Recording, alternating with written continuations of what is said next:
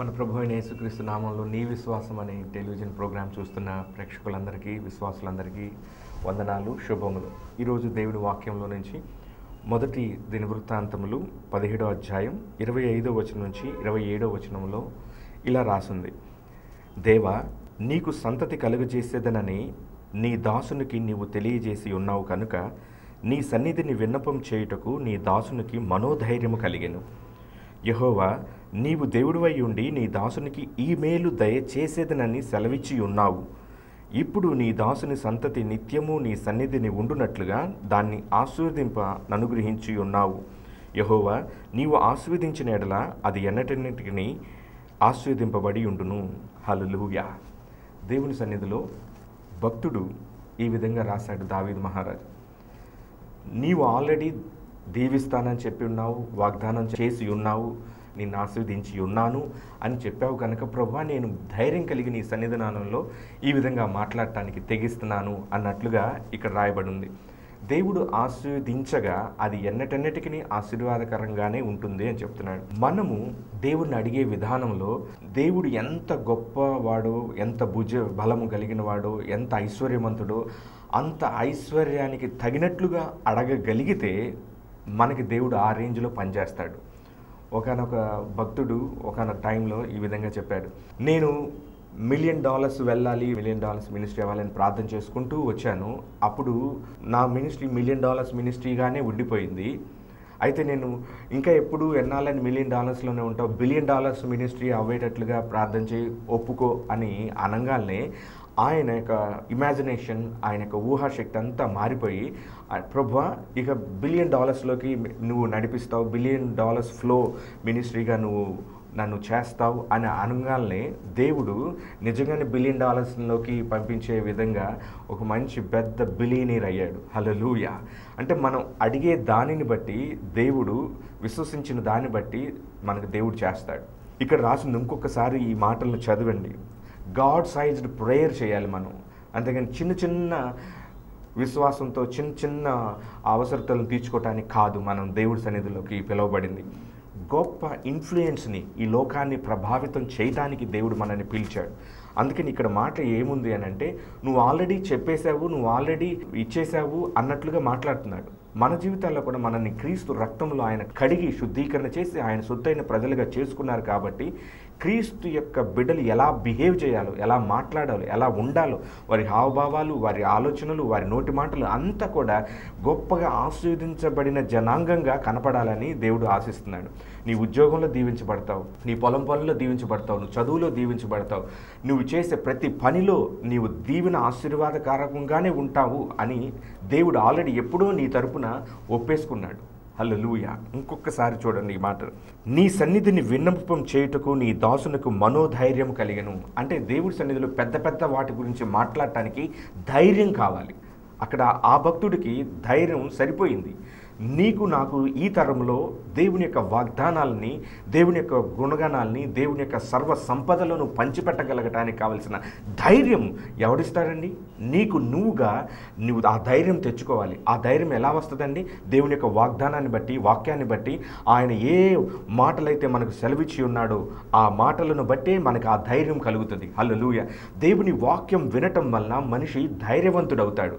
దేవుడు ఈ వాగ్దానాన్ని నీకోసమే రాసిపెట్టాడు అని అనుకున్నప్పుడు నీవు ధైర్యవంతుడవుతావు. హల్లెలూయా. ఇక్కడ చూడండి: యెహోవా, నీవు దేవుడివై ఉండి నీ దాసునికి ఈ మేలు దయచేసేదనని సెలవిచ్చి ఉన్నావు.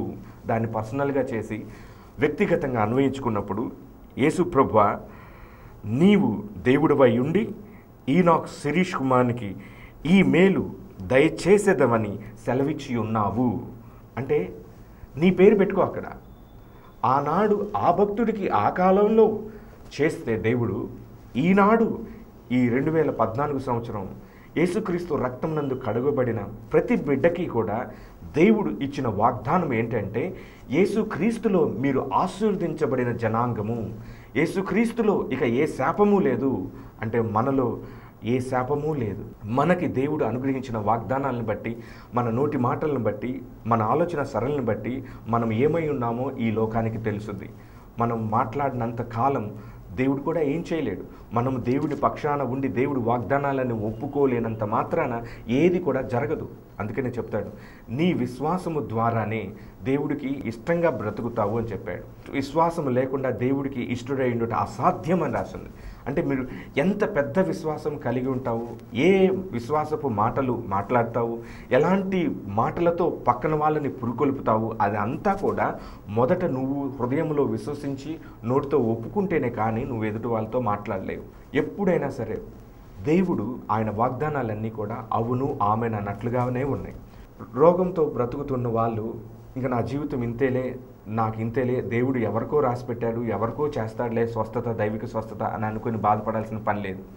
ఈ వాగ్దానం చెప్పుక, నీవు పొందిన గాయముల ద్వారా నాకు స్వస్థత కలిగింది ప్రభువా, కాబట్టి నేను స్వస్థ చిత్తుడై ఉంటాను అని చెప్పి నువ్వు అనుకోవాలి. గొప్ప గొప్ప వాటిని అడగాలి, గొప్ప గొప్ప వాటి కోసం ఎదురు చూడాలి. మరి ఎన్ని సంవత్సరాలను ఎదురు చూడాలయ్యా? సేవలో ఇన్ని సంవత్సరాలు ఎదురు చూస్తూ ఉన్నాం, ఇంకా ఏది కనపడతలేదు అని అనుకుంటే నిజంగా నీవు ఆశించిన స్థాయిలో దేవుడు చెయ్యాలి అని అంటే దేవుడు ఆశించిన స్థాయిలో నువ్వు మొదట మాట్లాడు. దేవుడు ఆశించిన స్థాయికి నువ్వు వచ్చి మాట్లాడు. అప్పుడు నీవు అనుకున్న స్థాయిలో డెఫినెట్గా దేవుడు తీరుస్తాడు. చాలామంది సంఘాలలో ఎందుకు ఈ పేదరికము, ఎందుకు ఈ యొక్క రోగాలు, వ్యసనాలు, మనుషులు సమాధానం, ఆనందం, సంతోషం కనపడతలేదు అని అంటే దేవుడి యొక్క ఈ వాగ్దానాన్ని వాగ్దానానుసారంగా మాట్లాడకుండా ఉండటం వలన వారు ఏది పొందుకోలేకపోతున్నారు. మీరు ఈ వాక్యాన్ని పెట్టుకోండి. ప్రభువా, నువ్వు చెప్పావు, ఈ వాక్యం నువ్వు మాట్లాడావు, నువ్వు ఇచ్చావు. నా దేవా, నీవు నా దేవుడివై ఉండి నీ దాసుడినైన నాకు ఈ మేలు దయచేస్తావని నువ్వు సెలవిచ్చి ఉన్నావు. సెలవు ఇస్తాడు, ఇంకా సెలవు ఇవ్వలేదండి దేవుడు ఇంకా మాకు చెప్పలేదండి, దేవుడు మమ్మల్ని ఇంకా అడగమని చెప్పలేదండి, దేవుడు మాకు ఇంకా ఏమీ కనపరచలేదండి. ఇట్లాంటి మాటలు మాట్లాడొద్దు. మీరు అలా మాట్లాడుతున్నారంటే దేవుని వాక్యానికి వ్యతిరేకంగా వెళ్తున్నారని అర్థం. మీరు దేవుని వాక్యం ఏదైతే చెప్తుందో ఆ వాక్యానుసారంగా మాట్లాడుతూ ఉన్నారనుకోండి, దేవుడి పక్షాన ఉన్నట్లు అర్థం. దేవుని యొక్క వాక్యము లేని దానిని నువ్వు మాట్లాడితే అది అపవాది నుంచి వస్తుంది తప్ప నీ దగ్గర నుంచి కాదు. నీ దగ్గర నుంచి రావాలి అని అంటే నువ్వు దేవుని సొత్తు అయితే దేవుడు చెప్పిన ఈ మాటనే నువ్వు పలుకుతూ ఉంటావు. ఎట్లాగా? ప్రభువా, నీ దాసుని సంతతి నిత్యము నీ సన్నిధిని ఉండునట్లుగా దానిని ఆశీర్వదింపను అనుగ్రహించి ఉన్నావు. గ్రామర్ చూసుకోండి, తెలుగు పండితులు మీ గ్రామర్ చూసుకోండి. నువ్వు నిత్యముగా అనుగ్రహించి ఉన్నావు అని చెప్తాడు. అనుగ్రహిస్తాను అని చెప్పి ఇంకా చేయలేదన్నట్టుగా మాట్లాడలేదు, ఆల్రెడీ ఇచ్చేసినట్లుగా మాట్లాడుతున్నాడు. యెహోవా, నీవు ఆశీర్వదించిన ఎడల అది ఎన్నటెన్నటికి ఆశీర్వదింపబడి ఉండును. హల్లెలూయా. ఇప్పటి వరకు మన తాతలు, తర్వాత మన తల్లిదండ్రులు ఏమి మనకి ఇవ్వలేకపోయినప్పటికీ మనం బాధపడకూడదు. ఇప్పటి నుంచి దేవుడు అందరికీ ఈక్వల్గా ఇచ్చే డివైన్ ఎక్స్చేంజ్ ఏంటో తెలుసా? డివైన్ ట్రెజర్ కానీ డివైన్ వెల్త్ కానీ ఏదంటే తెలుసా? టైం. నువ్వు ఎంత టైంని నువ్వు దేవుని సన్నిధిలో ఉపయోగించుకొని వాగ్దానాలని ఎంత స్పీడ్గా, ఎంత ఫాస్ట్గా దేవుని వాక్యాన్ని విడుదల చేయగలుగుతావో అంత స్పీడ్గా దేవుని యొక్క వాగ్దానాలను నువ్వు అనుభవించేటట్టు చేస్తాడు. దేవునిని నీ మాటలలో కనపరచండి. దేవుని యొక్క భుజబలాన్ని, ఆయన సామర్థ్యాన్ని మీరు కనపరచండి. దేశం యొక్క ఉన్నతమైన ప్రదేశాలలో నేను నిల్చోబెడతాను, నీవు నా చేత ఏర్పరచబడిన సేవకుడువని, కుమారుడువని నేను అన్యజనులు అందరి ఎదుట ఒప్పింప చేస్తాను అని దేవుడు ఎన్నో వాగ్దానాలు చేశాడు. అంతేకాదు, ఈ లోకపు తల్లిదండ్రులైన మీరే మీ పిల్లలకి, మీరు చెడ్డవారైండి మీ పిల్లలకి మంచి ఈవులు ఇవ్వాలని కోరుకుంటూ ఉండగా పరలోకంలో ఉన్న మీ తండ్రి అంతకంటే గొప్పవి మంచి ఈవులు ఇవ్వాలని కోరుకోవట్లేదా అని చెప్తున్నాడు. నీవు ఆశీర్వదించబడాలి అంటే నువ్వు ఏ రేంజ్లో ఆశీర్వదించబడాలి అనేది నువ్వు ముందుగా దేవుడితో ఒక నిబంధన చేసుకోవాలి. ప్రభువా, నేను నా లైఫ్ స్ట్రక్చర్, నా లైఫ్ ఇమాజినేషన్ ఈ విధంగా ఉండాలి, ఇంతమందికి ఆశీర్వాదకరంగా ఉండాలి అని నువ్వు మాట్లాడుతూనే ఉండవాలి. అందుకనే దేవుడు చెప్పాడు, నా మాటలను ఎప్పుడు దీవారాత్రములు నువ్వు ధ్యానిస్తూనే ఉండవలెను, అప్పుడు నీవు ఆకువాడక తన కాలమందు ఫలమిచ్చు చెట్టు వలె ఉంటావు అన్నాడు. దేవుడు ఇశ్రాయేలుని పోల్చినప్పుడు పచ్చని ద్రాక్ష చెట్టుతో పోల్చాడు. అలాగే నీ నోటి మాటల ఫలమును బట్టి నీవు జీవితం మీద నువ్వు అనుభవిస్తావు. నువ్వెప్పుడు కూడా నేను బలహీనుడయ్యా, నా వల్ల కాదు, నాకు ఎవరు లేరు అట్లా నువ్వు మాట్లాడావనుకో, నువ్వు అట్లాగే ఉండిపోతావు.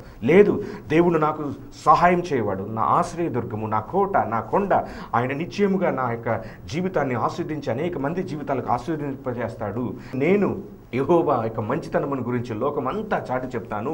వేరే వాళ్ళని ఆదరించడానికి దేవుడు నాకు ఈ లైఫ్ని ఇచ్చాడు, నేను ఆదరించబడుతూనే ఉంటాను, ఎదుటి వాళ్ళని ఆదరిస్తూనే ఉంటాను. అది దేవుడు నాకు నిర్దేశించిన జీవిత దిశ. అని చెప్పి నువ్వు చెప్తూ ఉన్నప్పుడు పక్కన వాళ్ళు నీ మాటలు వింటున్నప్పుడు వారికి సంతోషం పుట్టాలి, ఆనందం పుట్టాలి. మన దుఃఖాన్ని కానీ, మన వేదన కానీ, మన కష్టాన్ని కానీ అవి ఎక్కువగా మాట్లాడకూడదు. మరి దేని గురించి ఎక్కువ మాట్లాడాలంటే, ఒక వ్యసనంలో మనిషి బ్రతుకుతూ ఉంటే దేవుడు ఆ వ్యసనం నుంచి ఆ మనిషిని విడిపించాడు, దేవా నీకు స్తోత్రం, వందనాలు ప్రభువా, వందనాలు అని చెప్పి అట్లా మాట్లాడాలి. ఆర్థిక ఇబ్బందులతో కొట్టమిట్టులాడుతూ ఉంటే, ప్రభువా నా ఆర్థిక ఇబ్బందులు చూడండి, ఆయన అప్పులు తీర్చిన అని మాట్లాడటం కంటే, దేవుడు నన్ను ఆశీర్వాదపు కర్తగా ఉంచుతున్నాడు, దేవుడిని ప్రేమించు వారు నిత్యముగా ఆస్తికర్తలుగా ఉంటారు అనే ఆ వాగ్దానాన్ని నేను నిత్యముగా పలుకుతాను. ప్రతిరోజు పొద్దున్నే పూటే ఏదో మీ బాధలు, ఇరుకులు, ఇబ్బందులు అన్నింటినీ కూడా దేవుడి సన్నిధికి తీసుకురావద్దు. మరి ఏం చేయాలండి అంటే, కొత్తగా మాట్లాడుతున్నాం, మా పాస్టర్లు ఇలా బోధించారని చెప్తున్నా అనుకోవచ్చు. మీరు ఏదైనా అనుకోండి, వాక్యాన్ని పొద్దున్నే స్తుతులతో దేవుడిని సంధించండి, స్తుతులతో దేవుని సన్నిధికి రండి. ప్రభువా నువ్వు నా జీవితానికి గొప్ప ఫేవర్ని చూపిస్తావు, నువ్వు గొప్ప విడుదలను కలుగు చేస్తావు, ఈరోజు గొప్ప ఫైనాన్షియల్ అద్భుతం నువ్వు చేస్తావు, ఈరోజు నాకు మంచి ఆరోగ్యం అనుగ్రహిస్తావు, ఈరోజు నా పిల్లలకి కావాల్సిన బుద్ధి, ప్రజ్ఞ, వివేక, జ్ఞానములు నువ్వు అనుగ్రహిస్తావు, నాకు ఏది కావాలని నువ్వు సంకల్పిస్తావో అదంతా నాకు మంచి జరుగుద్ది, నేను ఆరోగ్యవంతున్నై, ఐశ్వర్యవంతున్నై, ఆశీర్వదించబడిన వ్యక్తిగా నేను ఈ లోకంలో బ్రతుకుతాను, అందుకే నువ్వు నాకు ఈ రోజును ఇచ్చినందుకు నీకు స్తోత్రం అని దేవుడు ఆశించిన స్థాయిలో గాడ్ సైజ్డ్ ప్రేయర్ చేయండి. ఆ విధంగా చేస్తూనే ఉండండి, అడుగుతూనే ఉండండి. పొంది ఉన్నామనే నమ్మికతో, ఆ యొక్క విశ్వాసపు ఒప్పుకోలతో దేవుని సన్నిధిలో కనపరిచినప్పుడు దేవుడు నిశ్చయంగా నువ్వేది ఒప్పుకున్నావో ఆయన పక్షాన అది వచ్చి నిశ్చయంగా జరిగిస్తాడు. Hallelujah. Radical faith will produce the radical results. దేవుని సన్నిధానంలో వాక్యాన్ని ఆ గొప్ప ఉద్రేకంతో, దైవావేశంతో మాట్లాడుతూ ఉన్నప్పుడు అట్టి మాటలు వెళ్ళి క్రియ జరిగిస్తుంది. అమ్మా బాబు అనే వాక్యాలు కాదమ్మా, దేవుని యొక్క వాక్యం ఇలా రాయబడి ఉంది.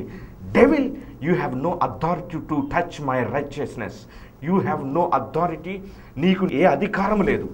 ఆయన నా నీతి అయ్యున్నాడు, నేను ఆయన నీతి అయ్యున్నాను, ఇక దేవుని నీతి నువ్వు కాదు అని చెప్పడానికి సాతానా నీకు అధికారం లేదు అని మీరు చెప్పాలి. అలాగే ఐశ్వర్యం కూడా, నేను ఐశ్వర్యవంతుడవుటకే దేవుడు నన్ను పిలిచి ఉన్నాడు, నన్ను పుట్టించి ఉన్నాడు, నేను దేవుని ప్రేమ పంచిపెట్టాలి, కాబట్టి నేను ఐశ్వర్యవంతునిగా ఉంటాను అని నువ్వు పలకాలి. ప్రభువా నీవు వాగ్దానం చేశావు, నీ సన్నిధిలో నన్ను నీవు దీవిస్తానని, ఆశీర్వదిస్తానని, అభివృద్ధి చేస్తానని వాగ్దానం ఇచ్చి ఉన్నావు కనుక నేను ధైర్యంతో నీ సన్నిధిలో మాట్లాడుతున్నాను అని నీ జీవితంలో నీకు ఎంత సంతోషం పుట్టిస్తుందని ఏ విషయంలో నీకు అనిపిస్తుందో అంత పెద్ద విషయం దేవుడి దగ్గర తీసుకెళ్ళి చెప్పు. కానీ ఇది దేవుడు ఏవో అనుకుంటాడండి, నీకు ఇంత అవసరమా, నీ కెపాసిటీ ఎంత, నువ్వెంత, హెచ్చు వాటి మీద మనసు ఉంచొద్దు అని ఇట్లా దేవుడు అనుకుంటాడమనండి అనే పిచ్చి మాటలు మాట్లాడద్దు దేవుడి దగ్గర.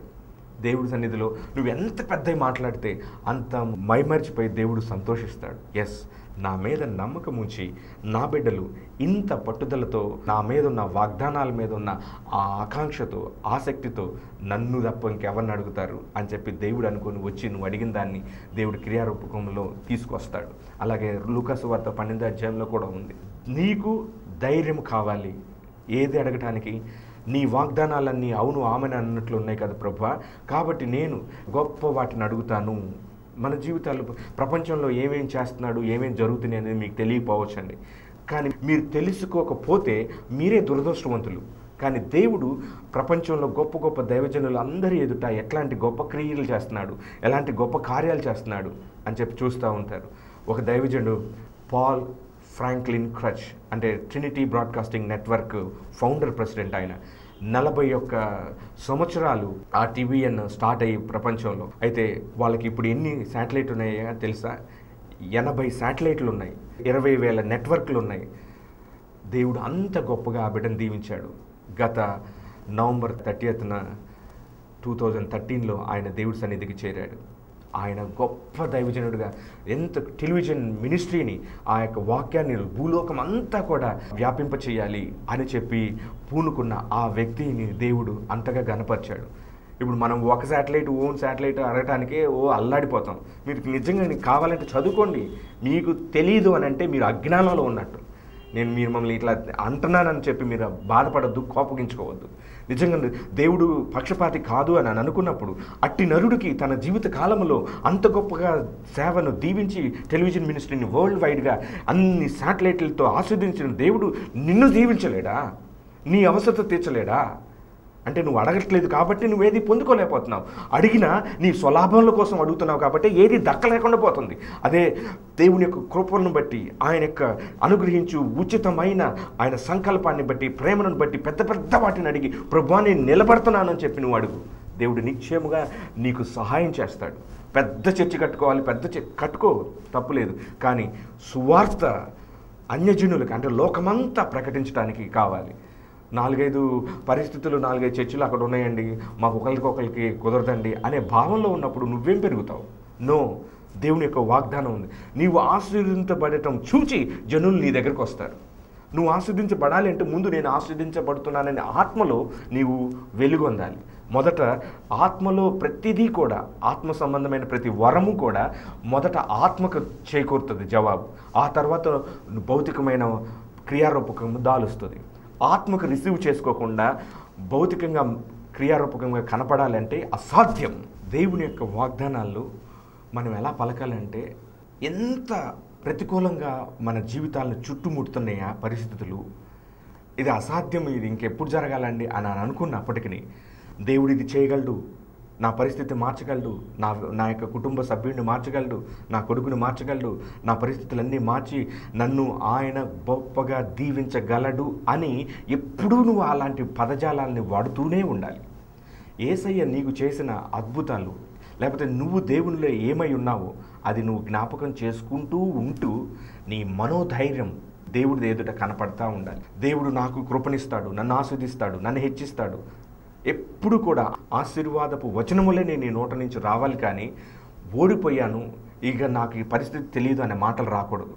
దేవుడు ఏం చేస్తాడో నాకు తెలియదు, దేవుడు చిత్తమైతే అది చేస్తానా అని అనుకుంటారు. కానీ నా దేవుడు యేసు ప్రభువుని నమ్మిన వాని యొక్క జీవితంలో ఏ వాగ్దానాలు అయితే చేశాడో అవన్నీ నా తరంలో, నా జీవితంలో, నా ద్వారా ఈ లోకానికి చేయగలడు అనే మాటలు నువ్వు మాట్లాడు.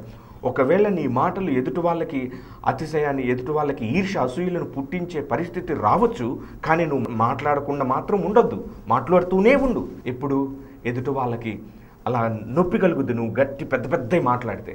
కానీ మన ప్రవర్తన చాలా ఇంపార్టెంట్, మన క్యారెక్టర్ చాలా ఇంపార్టెంట్. నువ్వు పెద్దవి మాట్లాడతా, నువ్వు చేసే చేష్టలు కానీ, నువ్వు చూపించే క్యారెక్టర్ కానీ, దాన్ని బట్టి జనాలు ఓస్తారు.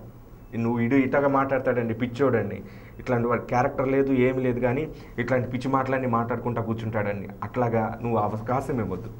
మొదట నువ్వు ఆత్మలో రిసీవ్ చేసుకునే అంత వరకు కూడా నువ్వు పబ్లిక్గా నువ్వు అదేం చెప్పక్కర్లేదు.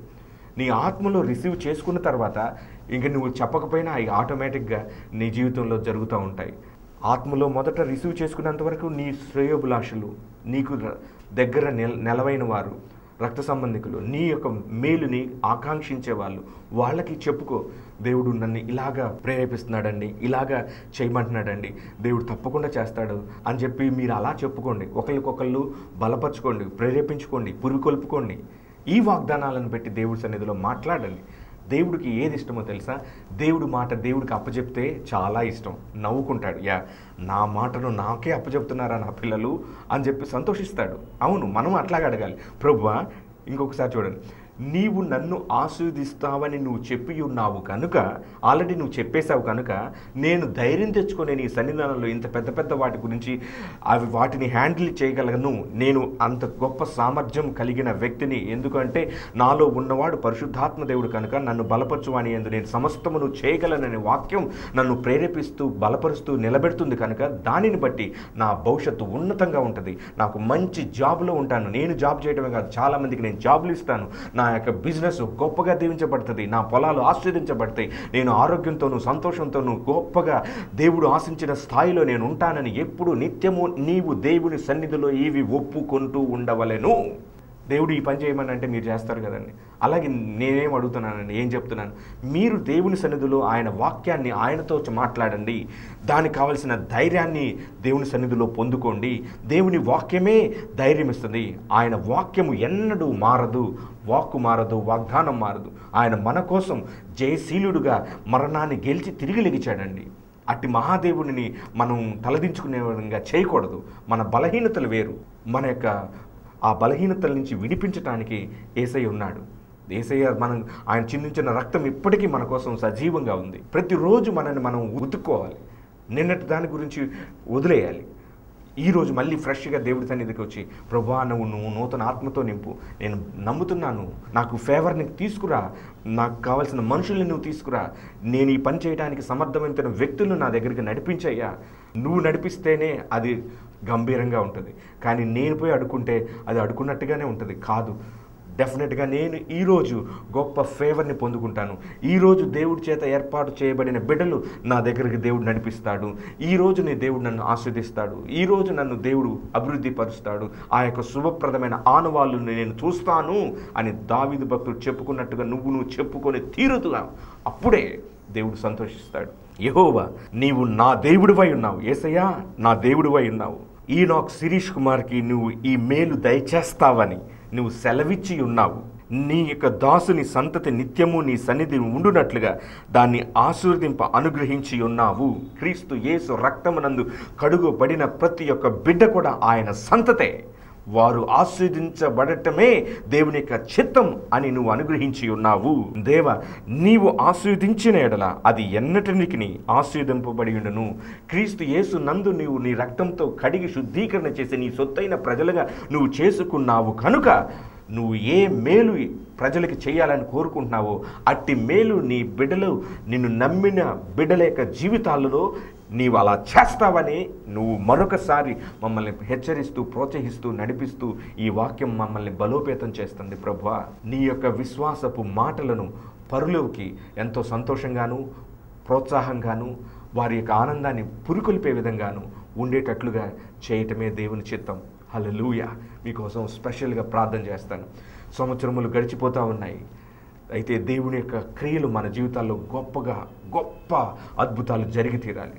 జనవరి అయిపోయింది, ఫిబ్రవరి. దేవుడి సన్నిధిలో అడుగుదాం. మీరందరూ ఒక క్షణం ప్రార్థనలో ఏకీభవించండి.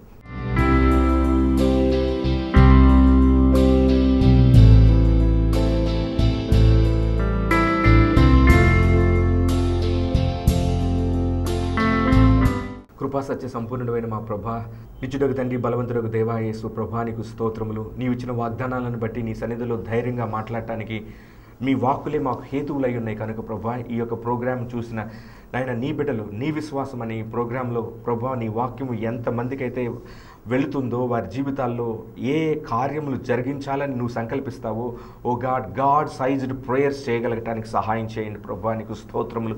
హల్లెలూయా. బలతోసలి మహాతర్షికల బరకతో రబరద జరబెకతోషికమ బ్రకతోస లిబరకతోసకలమికతోషికమ బ్రకతోసలమికతోషికాల బరదో.